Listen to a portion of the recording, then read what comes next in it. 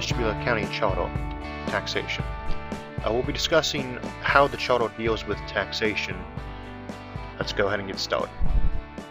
Without the charter, taxes are imposed by commissioners and can only be overturned through an arduous referendum process. Many people will remember voting on their taxes, and sometimes that is what they're doing with certain countywide property tax levies.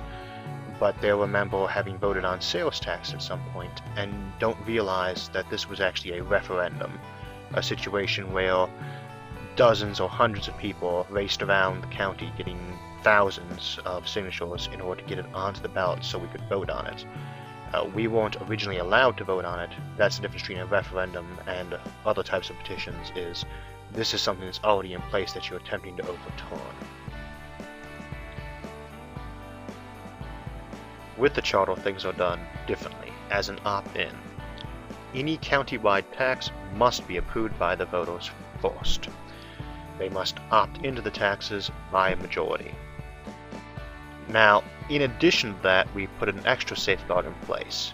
We require that these tax increase votes can only take place during a general election. They cannot take place during a spring primary or a special election. And the reasoning for that is pretty straightforward.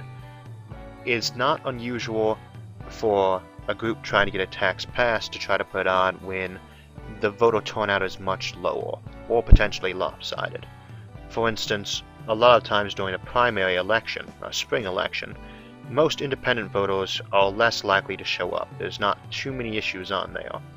So it might just be both of the two parties showing up to vote. And what's more, a lot of times the voters from that party, if they already know who the nominee for their major positions are going to be, like who their candidate for president is going to be, are less likely to show up to vote at that election.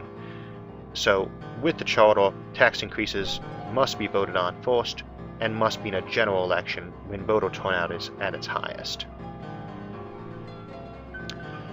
Without the charter, property taxes are also something that are a concern. Once they're set by the auditor, you can only appeal those by going to the Board of Revisions.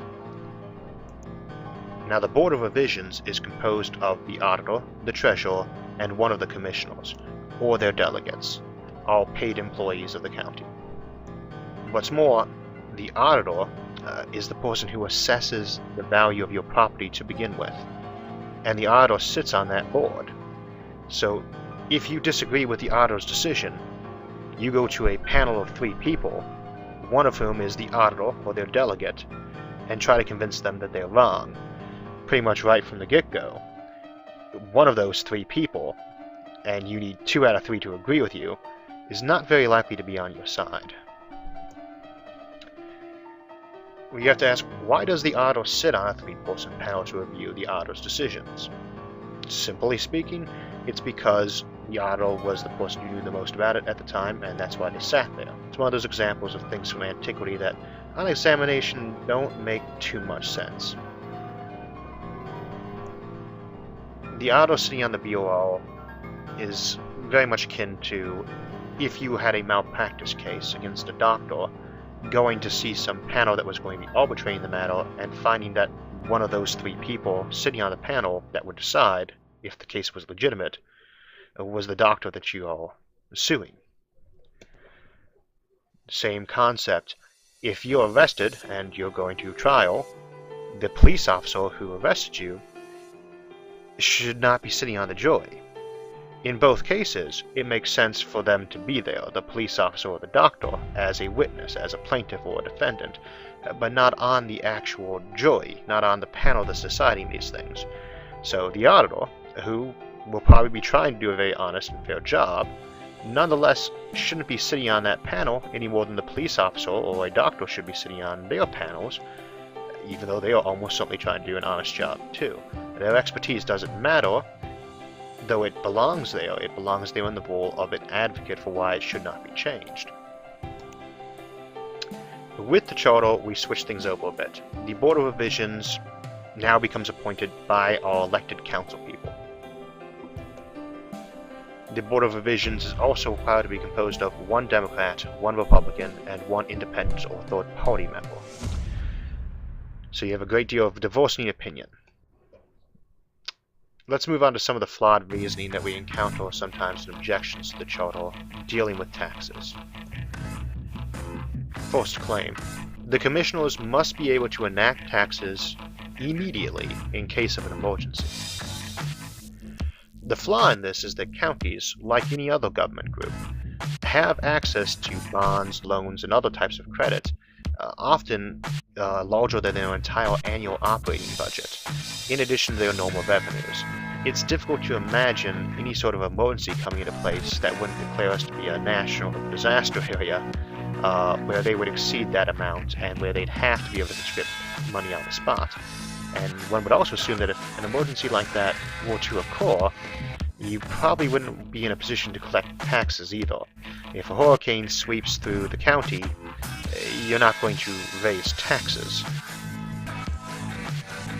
The next claim we hear is that citizens can already vote on their taxes.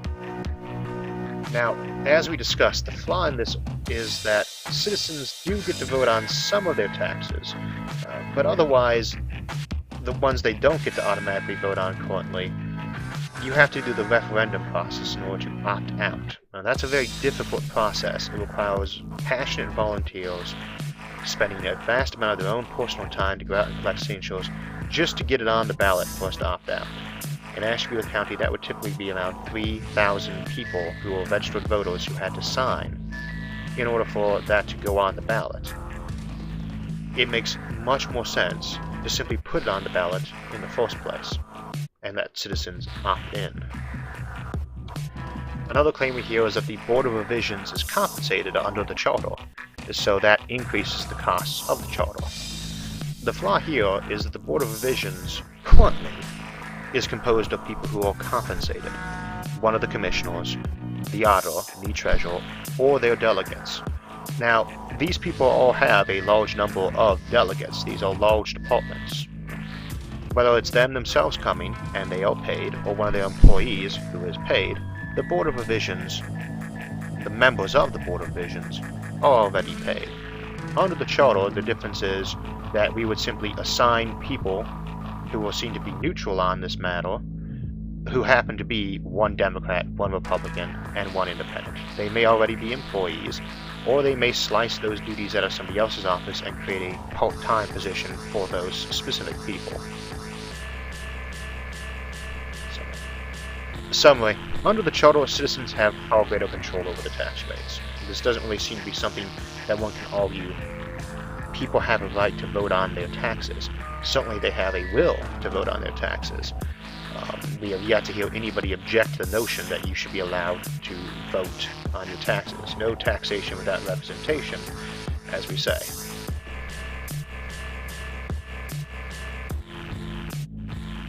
So this has been another discussion about the Charter. We thank you for listening, and we hope you'll vote yes on Issue 1 this November. Thank you.